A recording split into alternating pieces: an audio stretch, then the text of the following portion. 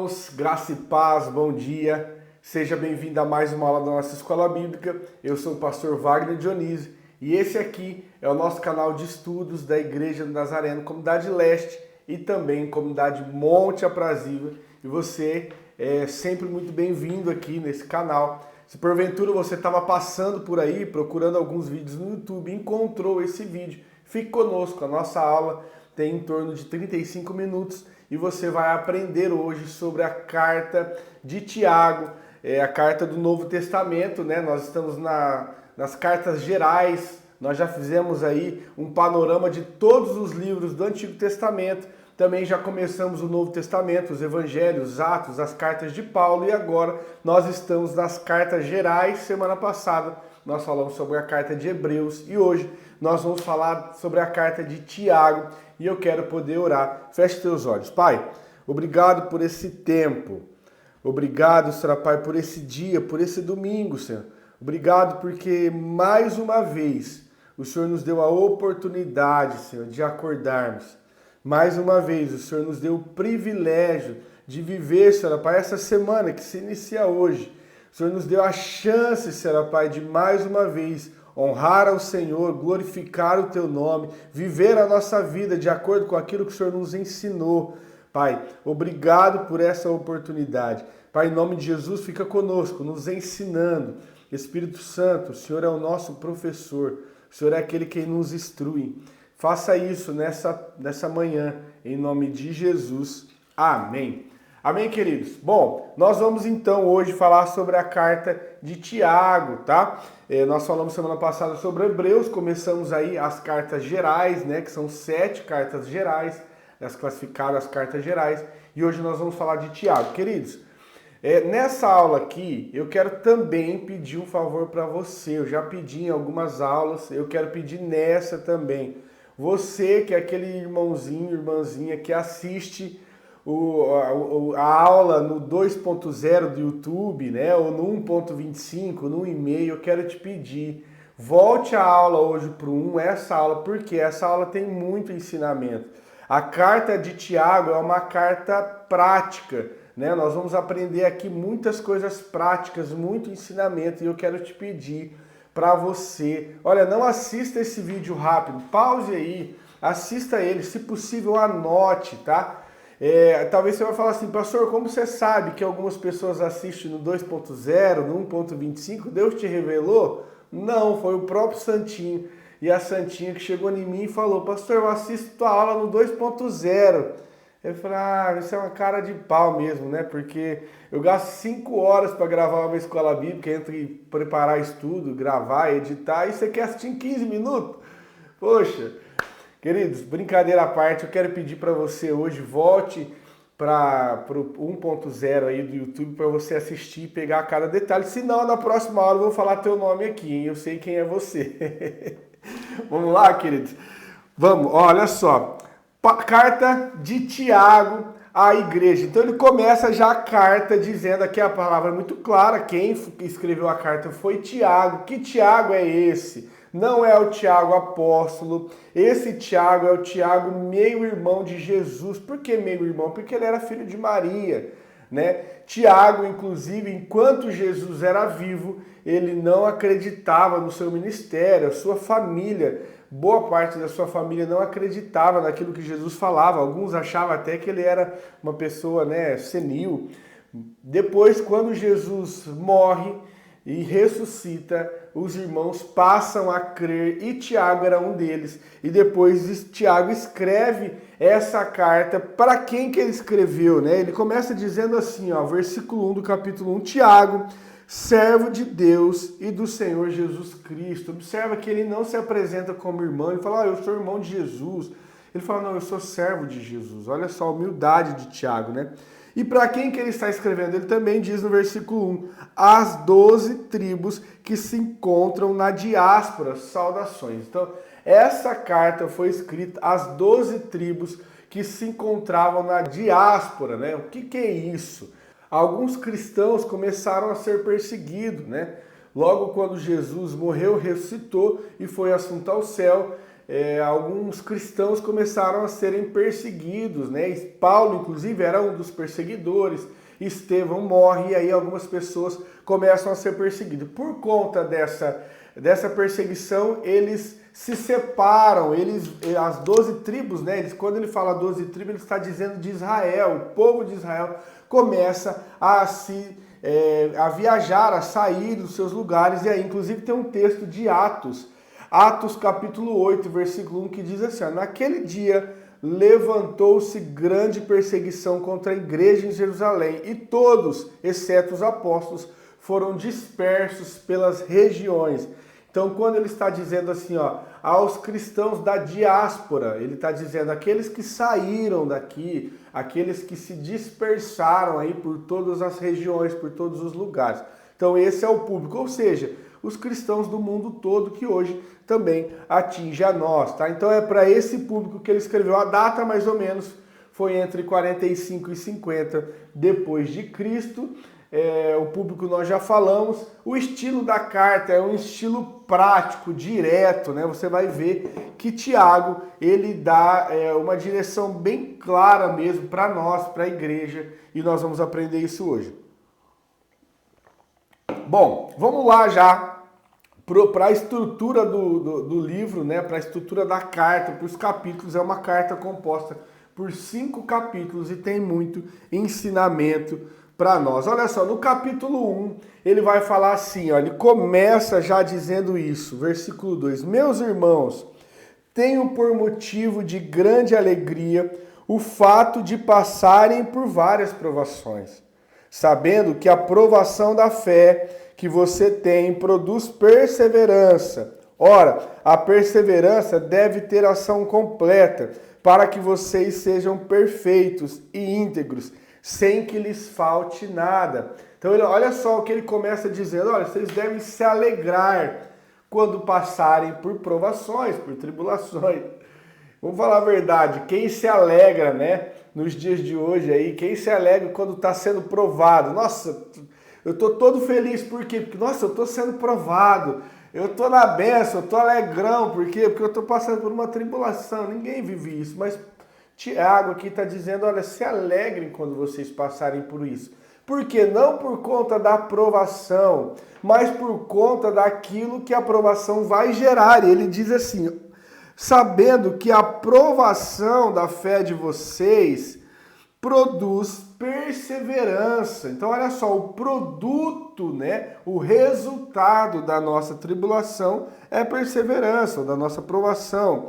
Ora, a perseverança deve ter ação completa, para que vocês sejam perfeitos e íntegros, sem que nada lhes falte. Então, ele está dizendo assim, quando você passa por um tempo de tribulação, por um deserto, você sai dessa situação mais maduro, né? Fala a verdade.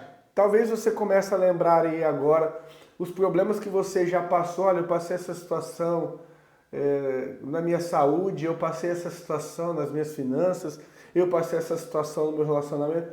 Com certeza hoje você pode olhar para você mesmo. Você é mais maduro do que quando você estava passando. Então, o fruto, o produto dessa aprovação foi a maturidade, né? Você hoje é um cristão, um filho de Deus mais maduro. E por ser mais maduro, você traz mais frutos para o reino. Então, o Tiago está dizendo isso: se alegre quando você passar por isso. Porque quando isso acabar, você será alguém mais maduro. Então, dica para você que está passando por problema, por dificuldade, por tribulação: calma, que quando isso acabar, você será bem mais maduro nessa área. Tá bom? Outra coisa que Tiago, vai dizer aqui, versículo 5. Olha só, isso é muito importante para mim e para você também. Se, porém, algum de vocês necessita de sabedoria, peça a Deus, que a todos dá com generosidade e sem provação, e sem reprovação, e ela lhe será concedida. Peça, porém, com fé, em nada duvidando, pois o que duvida é semelhante à onda do mar, impelida e agitada pelo vento. Olha só o que Tiago está dizendo. Você tem falta de sabedoria em determinada área? Peça ao Senhor, que a todos dá de forma liberal, de forma generosa. Se você tem falta de sabedoria para lidar com o seu casamento, para lidar com o seu ministério, para lidar com as suas finanças, peça ao Senhor. Tem algumas áreas da minha vida que eu peço sempre: Senhor, me dá sabedoria para criar os meus filhos. Senhor, me dá sabedoria para administrar as minhas finanças. Senhor, me dá sabedoria. Nós devemos pedir, porque aqui o Senhor está dizendo isso através de Tiago. Palavra de Deus para nós. Olha, se você tem falta de sabedoria em algo, peça a mim, peça ao Senhor. Né? Só que há uma condição para isso. Só há uma condição. Ele diz assim: peça, porém, com fé, sem nada duvidando. Então nós devemos pedir com fé que iremos receber, que Deus vai mudar a nossa sabedoria naquela área que nós estamos pedindo. Beleza? Outra coisa que Tiago vai dizer aqui ainda no capítulo 1 é que a fé precisa ser praticada, a palavra de Deus precisa ser praticada, não apenas ouvida. Olha só o que ele diz no versículo 22 do capítulo 1.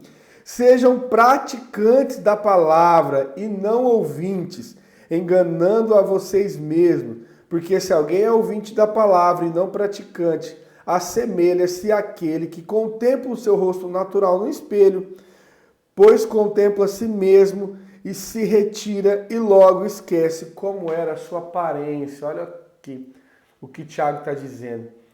Que nós devemos ser praticantes. Ele vai falar o tempo todo isso aqui nessa carta. Que nós devemos praticar aquilo que ouvimos e que cremos. Que não sejamos apenas um simpatizante da palavra, apenas um ouvinte da palavra, apenas um estudioso da palavra, mas tudo aquilo que nós aprendemos e que nós cremos, nós devemos praticar. É isso que Tiago está dizendo. Parem apenas de ouvir. Porque tem pessoas que conhecem de Bíblia, tem pessoas que você vai conversar, as pessoas falam: não, o versículo tal, a pessoa conhece de Bíblia, mas você não consegue ver a Bíblia praticada na vida dessas pessoas. E Tiago está nos exortando a não sermos assim. Nós devemos ser praticantes. Beleza? No capítulo 2, ele vai trazer um assunto um pouco quanto polêmico. Algumas pessoas dizem que ele está aqui contradizendo Paulo, mas eu quero lhe explicar, vai ficar muito claro para você, você vai entender. Olha só o que ele diz no capítulo 2. Ele começa dizendo: olha, meus irmãos, vocês não podem ter fé em nosso Senhor Jesus Cristo, o Senhor da glória, e ao mesmo tempo tratar as pessoas com parcialidade. Porque se entrar na sinagoga, que era a igreja da época, né? Se vocês verem um homem com anéis de ouro nos dedos, vestindo roupas luxuosas, e entrar também um pobre, muito mal vestido, e vocês deram um tratamento especial ao que está vestido com roupa luxuosa, dizendo: você sente-se aqui no lugar de honra, e você disser ao pobre: você fique em pé, ou sente-se ali embaixo do estrado dos meus pés, será que vocês não estão fazendo distinção entre vocês mesmos e julgando as pessoas com critérios errados?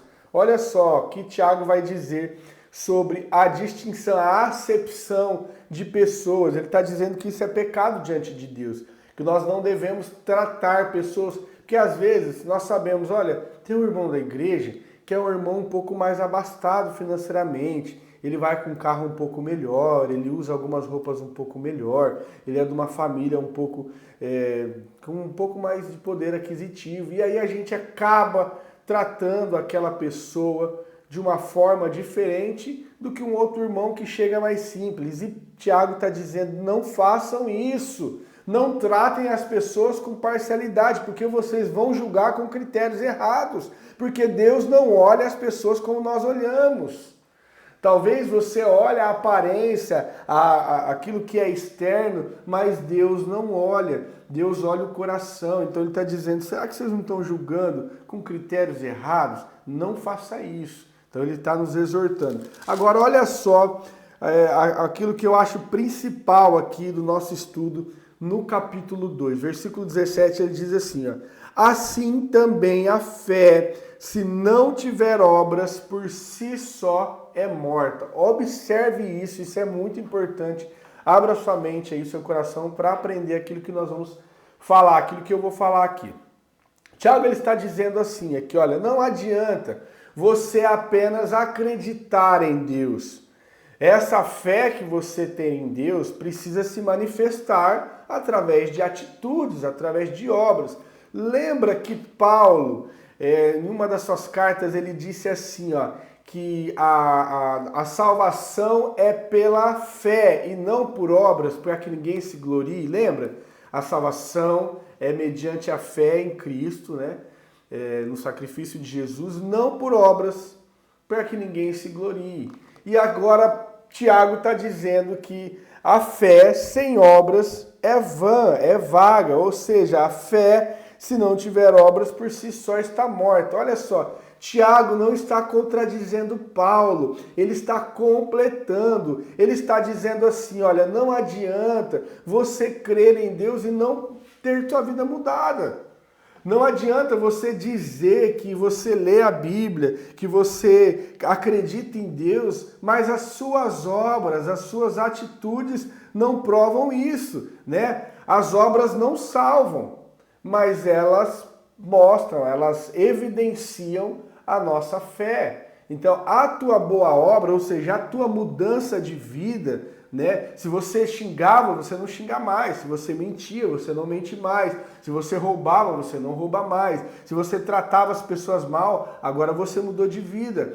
Isso evidencia a fé que tem em você. Isso mostra para as pessoas, olha só, aquela pessoa lá realmente se converteu. Então, as obras, elas não nos salvam, mas elas evidenciam em nós a nossa fé, elas mostram a nossa fé, né? Então, Tiago, ele não está aqui contradizendo Paulo, né? O ponto é que Paulo fala sobre a origem da salvação. A origem da salvação é a fé em Jesus. Essa é a origem da salvação. Mas Tiago vai falar sobre a evidência da salvação, que é a mudança de vida que nós carregamos, que é a mudança de atitude que nós temos, né? Ou seja, nós somos salvos pela fé, mas a fé que salva nunca vem sozinha. Ela vem acompanhada de obras, ela vem acompanhada de mudança, né? Exemplo prático aqui, ele vai citar Abraão, ele fala assim, olha, não foi pela fé, né, que Abraão foi lá e entregou o seu filho, ou seja, ele evidenciou a sua fé através de uma atitude, de uma obra, ele confiou em Deus e foi lá e entregou o seu filho, né? Ele vai falar de Raabe aqui também, no capítulo 2 ele cita Raabe. Foi pela fé que Raabe demonstrou a sua obra, né? Foi através das obras que Raabe demonstrou a sua fé, né? Quando ela foi lá e livrou os espias do povo que ia matá-los, né? Então, ele está falando sobre isso. É mais ou menos assim, ó, a aplicação para nós hoje. Eu coloquei algumas coisas aqui no meu esboço. Então, eu digo que amo a Deus, né? Isso é a fé, né? Se você diz que tem fé em Jesus, você diz que ama a Deus. Mas então as suas obras devem mostrar obediência aos seus mandamentos. Se você diz que ama o próximo, né? As suas obras devem mostrar, olha, eu amo o próximo, então eu ajudo, então eu perdoo, então eu sirvo. Então, se você diz que crê na Bíblia, as suas obras vão mostrar isso, né? Que é viver segundo os seus princípios. Se você diz que Deus proverá, né? Eu creio que Deus proverá. Essa é a minha fé. E qual é a sua obra? A sua obra é, você age com generosidade. Você crê que Deus está no controle de todas as coisas. Você confia em Deus. Você conseguiu compreender? Então, uma coisa é eu ter fé, mas a fé sem obras, ela é morta. Aqui, Tiago não está falando sobre salvação, está falando sobre a nossa vida prática, tá? Sobre viver aqui, né? A vida de cristianismo, né? Não está falando sobre salvação. Lá Paulo vai falar que não é as obras que nos salvam. E aí Tiago completa, ele vai dizer, elas não salvam, mas evidenciam que você é salvo. Olha que lindo. Alguém que é salvo tem boas obras. Amém? Ficou claro para você isso aqui? Né? Eu coloquei outra coisa aqui, outro ponto. Em resumo, fé sem obras é igual a religião da boca para fora. E a fé com obras é o resultado de vidas transformadas, né? Que age como Cristo, né? Como cristão. Beleza? Bom, vamos lá para o capítulo 3, nosso tempo está se avançando. E nós temos algumas coisas para falar ainda. Capítulo 3, ele vai falar sobre a língua, né? Sobre o domínio da língua e sobre o poder que a língua tem. E também vai falar sobre sabedoria, mas nós vamos começar falando sobre a língua. Olha só o que ele diz, versículo 1 do capítulo 3. Meus irmãos, não sejam muito de vocês mestres, sabendo que seremos julgados com mais rigor. Olha só, porque todos tropeçamos em muitas coisas. Se alguém não tropeça no falar, é um indivíduo perfeito, capaz de refrear também todo o corpo.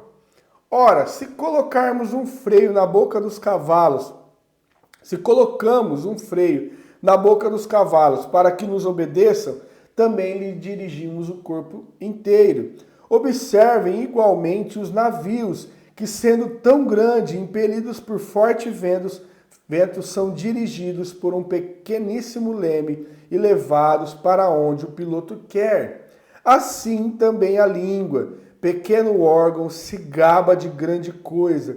Veja como uma fagulha incendeia um grande florestal. Ora, a língua é um fogo, é um mundo de maldade. A língua está situada entre os membros do nosso corpo e contamina o corpo inteiro. E não só põe em chamas toda a carreira da existência humana, como também ela mesma é posta em chamas pelo inferno. Olha só como é grave isso, como Tiago nos chama a atenção para o cuidado com a nossa língua. Porque tem pessoas, querido, que a pessoa se julga um excelente cristão. Olha, eu não bebo, eu não fumo, eu não faço tal coisa que talvez a pessoa julgue errado, eu não faço isso, eu não falo aquilo, mas a pessoa peca no não cuidar da sua língua.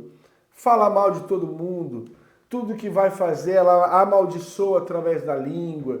É uma pessoa maldizente, né? Tudo que vai fazer ela é negativa. Tiago está dizendo, não sejam assim. Refreiem a sua língua. Olha, é possível controlar um cavalo, que é um animal feroz, né? Que precisa ali de ser domado, mas você consegue controlar ele através de um freio na sua boca.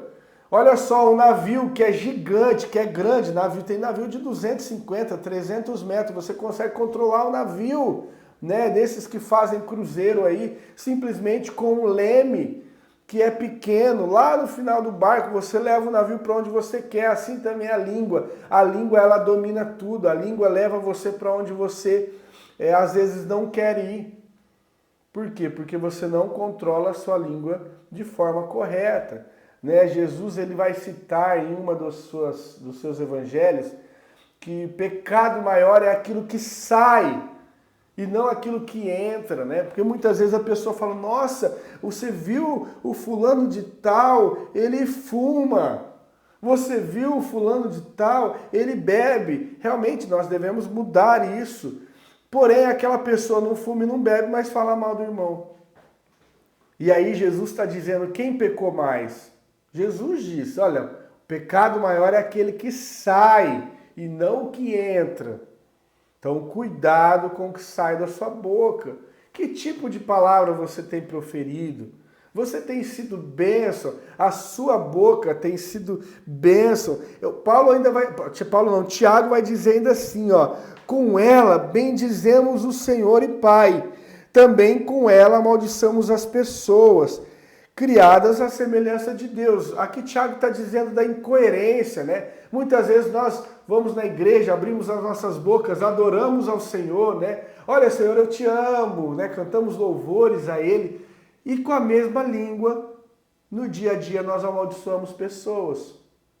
No dia a dia falamos mal de pessoas. Então Tiago está nos exortando contra essa incoerência, né? Como pode você ir lá aos domingos adorar o Senhor, cantar louvores e durante a semana ficar falando mal de pessoas? Querido, isso aqui é um problema. Se você nunca orou a Deus, pedindo para Deus tirar isso de você, ore.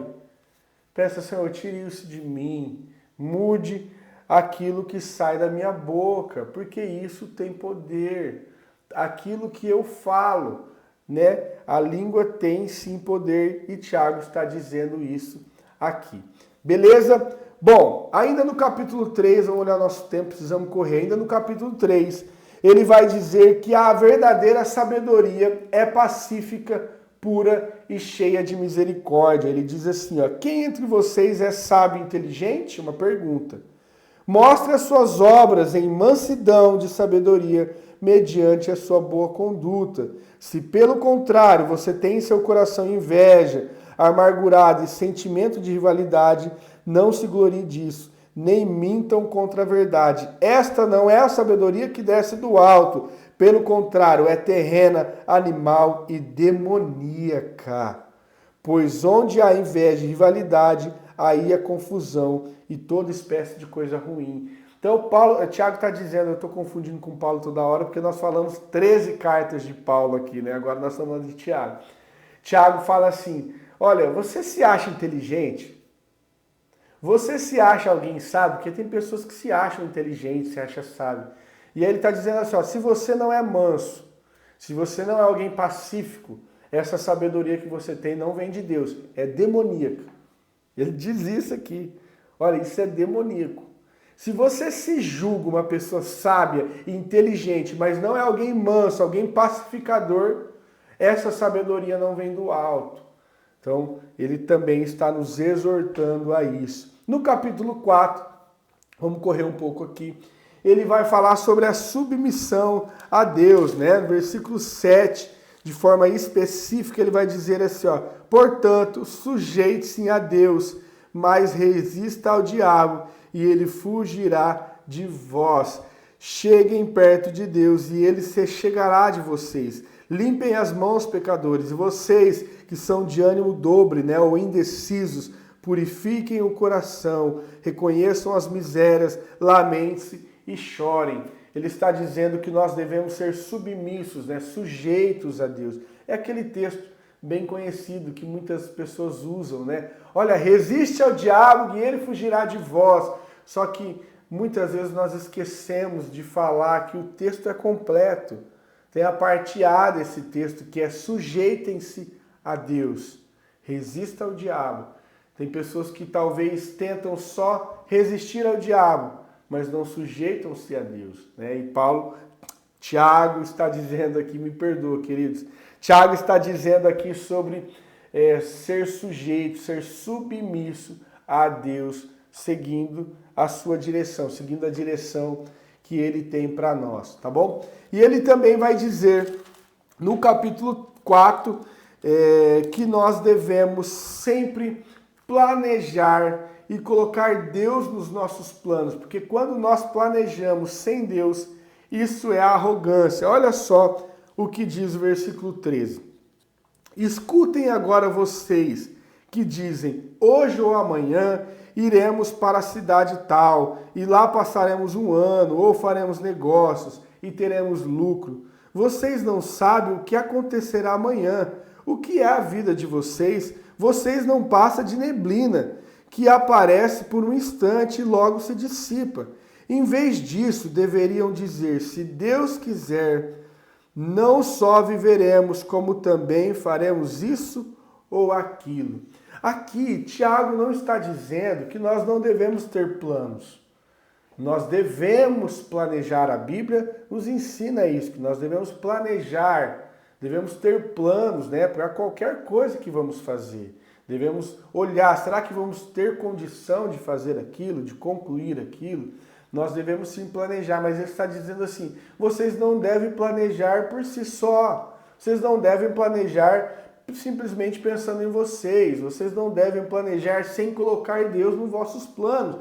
Por quê? Porque vocês são neblinas. Você não sabe o que vai acontecer amanhã. Você não sabe se amanhã você vai acordar. Como que você vai planejar sem colocar Deus? Porque tem pessoa que é arrogante. Olha, eu vou fazer isso. Eu vou lá e vou fazer isso. Eu vou abrir uma empresa e vou ter lucro tal. Eu vou abrir... Enfim, a pessoa faz vários planos. E Tiago está dizendo ali, em vez disso, vocês deveriam dizer, se Deus quiser, eu vou fazer isso.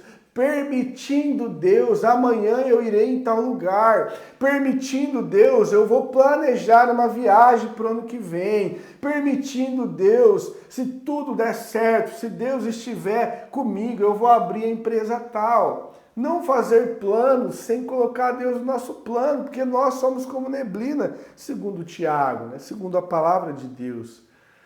Nós não sabemos o que vai acontecer conosco daqui para tarde. Agora eu estou gravando essa aula bem cedinho. Eu não sei se eu vou conseguir ir para o culto à noite. Nós não sabemos. Mas nós podemos fazer planos, sim. Devemos fazer planos. E colocar Deus em todos eles. Dizendo, olha, querendo Deus, eu vou estar lá à noite, sim, no culto. Eu vou estar lá adorando ao Senhor. Querendo Deus, essa semana vai ser uma semana abençoada. Eu preciso ir na fábrica tal. Eu preciso fazer uma situação tal. Querendo Deus. Deus precisa estar nos nossos planos. Amém? Bom, último capítulo, capítulo 5, ele vai dar vários conselhos, né? Acima de tudo, meus irmãos, não jurem nem pelo céu, nem pela terra, nem por qualquer outra coisa, mas que o sim de vocês seja sim e que o não de vocês seja não, para que vocês não incorram em condenação. Ou seja, você precisa ser um homem, uma mulher de palavra firme. Quando dizer sim, que seja sim. Quando dizer não, que seja não. Será que as pessoas podem confiar nas nossas palavras? Será que os nossos familiares, os nossos amigos, os nossos companheiros de trabalho confiam na nossa palavra? Ah, o fulano de tal disse que ia, mas ele, não sei, não dá para confiar muito se ele vai, porque ele às vezes fala e não vai. Aqui Tiago está nos dizendo que a sua palavra seja sim, sim. E não, não. É que você cumpra aquilo que você disse, sem precisar jurar. Ah, eu juro pelo céu, eu juro pela terra, eu juro por Deus. Ele fala, não faça nada disso. Só diga sim ou diga não, que você seja tão confiável ao ponto de dizer sim e as pessoas crerem, sem precisar de jurar. É o que ele está dizendo, nós devemos ser pessoas confiáveis, suficiente. Como nós fazemos isso? Cumprindo com aquilo que nós falamos. E aí depois ele vai dizer, alguém de vocês está sofrendo? Faça oração. Alguém está alegre? Cante louvores. Alguém de vocês está doente? Chame os presbíteros da igreja. E estes façam oração sobre ele, ungindo-o com óleo em nome do Senhor. E a oração da fé sarará o enfermo, e o Senhor o levantará. E se houver cometido pecado, estes lhe serão perdoados. Aqui alguns conselhos finais de Tiago nessa carta. Deixa eu olhar o nosso tempo. Já passamos de 30 minutos. Só para a gente finalizar, querido. Mais 2 minutos aqui a gente encerra. A aplicação prática desse texto, né, dessa carta. Será que a minha fé é visível nas minhas atitudes? Será que as pessoas veem aquilo que eu falo através daquilo que eu sou? Será que eu tenho tratado todos com igualdade, sem parcialidade, como diz o texto?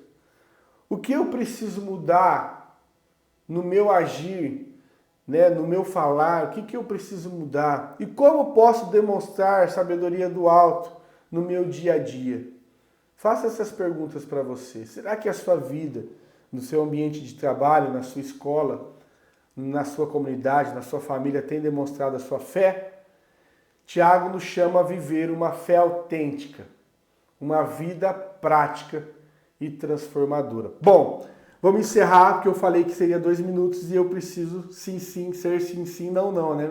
Vocês precisam confiar naquilo que eu falo, então vamos finalizar aqui. Bom, a palavra diz, o texto que nós vamos decorar hoje está lá no capítulo 2, versículo 17, que diz assim: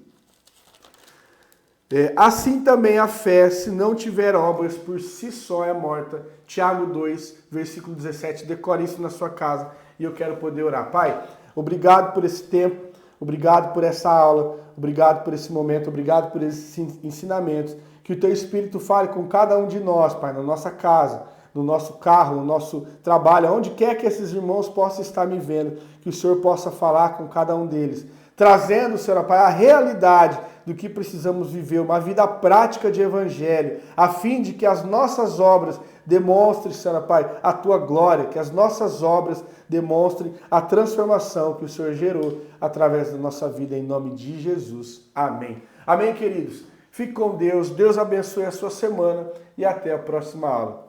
Tchau, tchau.